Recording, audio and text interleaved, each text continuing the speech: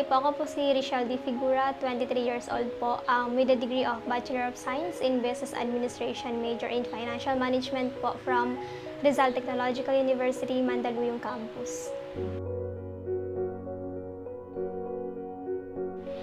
Natuklasan ko po siya through Kuya Bench kasi yun nga po, kami po yung first batch of pandemic na nag-first year po. So that time po, torn po talaga if magka-college po ako. And then, in-endorse po sa akin ni Kuya Bench yung Caritas. Sabi niya po, "Uy, Richelle, sama ka sa amin, i-apply kita dito sa Caritas." I-refer niya raw po ako kasi magkasama po kami sa Supreme Student Government ng Anahasa. Actually po, dulo po ako parang ako po yung pinahabol talaga sa Caritas. Talagang, parang kunyari po, today po yung closing ng submission ng requirements or applicants. Kinabukasan pa po ako na ihabol.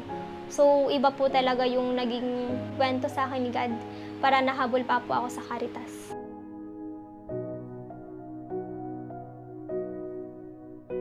Dati po kasi mahiyain ako Hindi lang po halata, pero mahiyain po talaga ako.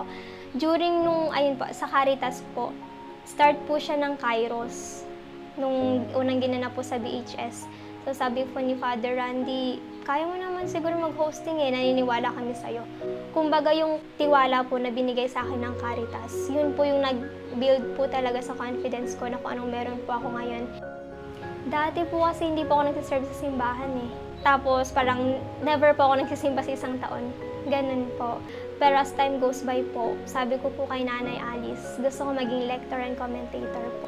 Tinatanong po nila, "Bakit nagsiserve ka pa? Linggo na nga lang yung pahinga mo." Sabi ko po, iba po kasi yung fulfillment. Parang kahit pagod ka sa trabaho, puyat ka sa trabaho, kapag nakapag-serve ka, yung isang oras ng peaceful, sobrang gaan po talaga sa pakiramdam na parang lahat ng bigat ng isang buong linggo nawawala po pag nagsiserve.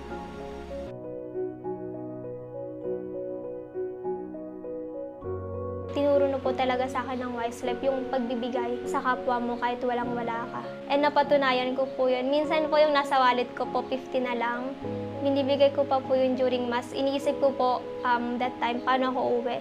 Pero out of nowhere po, parang susunduin po ako ng kuya ko or isasabay po ako ng mga kapwa ko, scholar na nakamotor. Sabi ko nga po kay Mama, ang swerte ko kasi yung pinaka-last money ko lagi kapag ganun po yung laging senaryo kasi hindi po naman po naiiwasan na nauubusan ka Yung pinaka-last na pera ko po, hindi na po ako nanghihinayang na ibigay yun sa simbahan kasi laging may balik.